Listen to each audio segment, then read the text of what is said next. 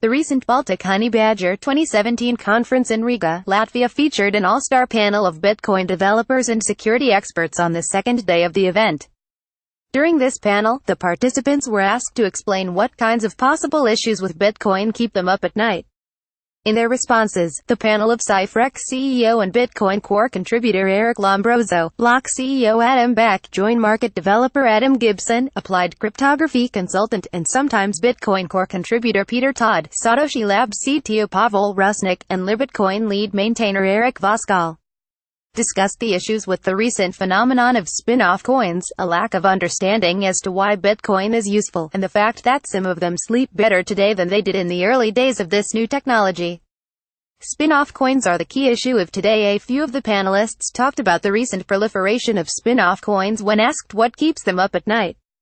Lombrozo referred to them as initial fork offerings IFOs, which is a play on the initial coin offering ICO hysteria that has also taken place this year.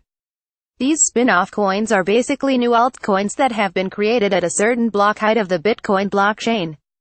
Everyone who held Bitcoin at that block height also gets access to the new altcoin.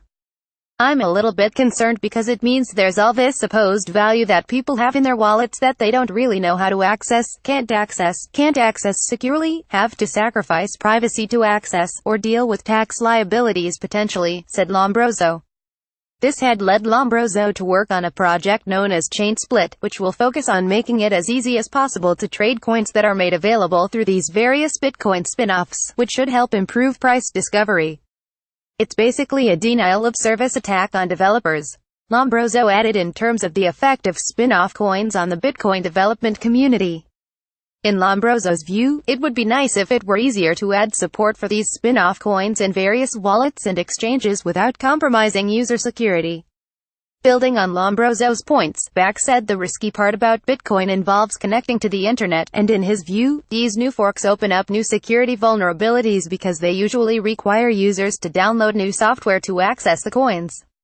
It's a window of vulnerability that's advertised in advance, so it's a time to be very careful about what you're downloading, said Back. Unfortunately, that means there's a real risk that's attached to the forks. There are certainly people out there who have old coins that are not interested to collect these spin-offs for security and privacy reasons. To Back's point, more than $3 million worth of Bitcoin were recently stolen via a malicious Bitcoin Gold wallet that was linked on the official Bitcoin Gold website, according to CoinDesk. Todd also discussed the problems associated with possibly malicious software that is not audited by those who are running it in his remarks, although he focused on a different part of the ecosystem. What worries me is people holding Bitcoins for other people at exchanges and so forth, where their entire build system is, for instance, a bunch of Docker containers, and for every Docker container, the build process starts with things like wget some random, unauthenticated website, said Todd. Realistically, that's going to be a vulnerability.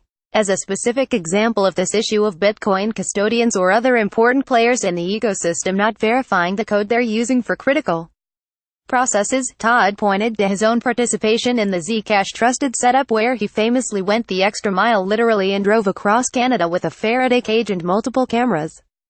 The reality is all that went to waste because their build process for the Zcash software was trivially backdoorable, said Todd. The whole thing was built off an Alpine Linux distribution and Rust compiler that were built earlier that month, in the case of the Rust compiler, the day before. And no one knew exactly what went into that software. No deterministic builds, no nothing. The root cause of forks is a misunderstanding of Bitcoin. While the recent spin-off tokens were the main topic of conversation on the surface, some developers also pointed out that the root cause of this new issue is a lack of understanding in terms of Bitcoin's useful properties. I'm worried that people don't understand what Bitcoin is, and that's kind of the root of all of this, including all the forks, said Gibson. The developers, the people who work on the technology, are delivering what I think Bitcoin realistically is, but people want kind of unicorns and they want like kind of free transactions and a billion transactions a second. And that's, I think, where all this is coming from.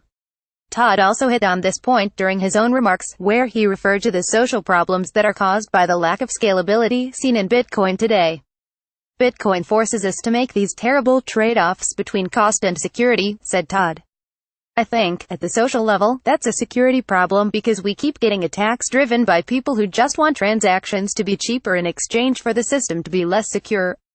From Voskal's perspective, the scalability, privacy, and other issues in Bitcoin will eventually be worked out, but it's going to take longer than it should because of this, in his view, misunderstanding of how Bitcoin works. What bothers me is there's a lot of misapprehension about how Bitcoin actually secures itself, which means how it works, said Voskal. Still sleeping better than before. It should be noted that two developers on the panel, Lombrozo and Rusnik, pointed out that they sleep better today than they did a few years ago, mainly due to the progress made in private key management. "I'd say I'm sleeping pretty well now," said Lombrozo, whose company Ciphrex is built around secure private key management.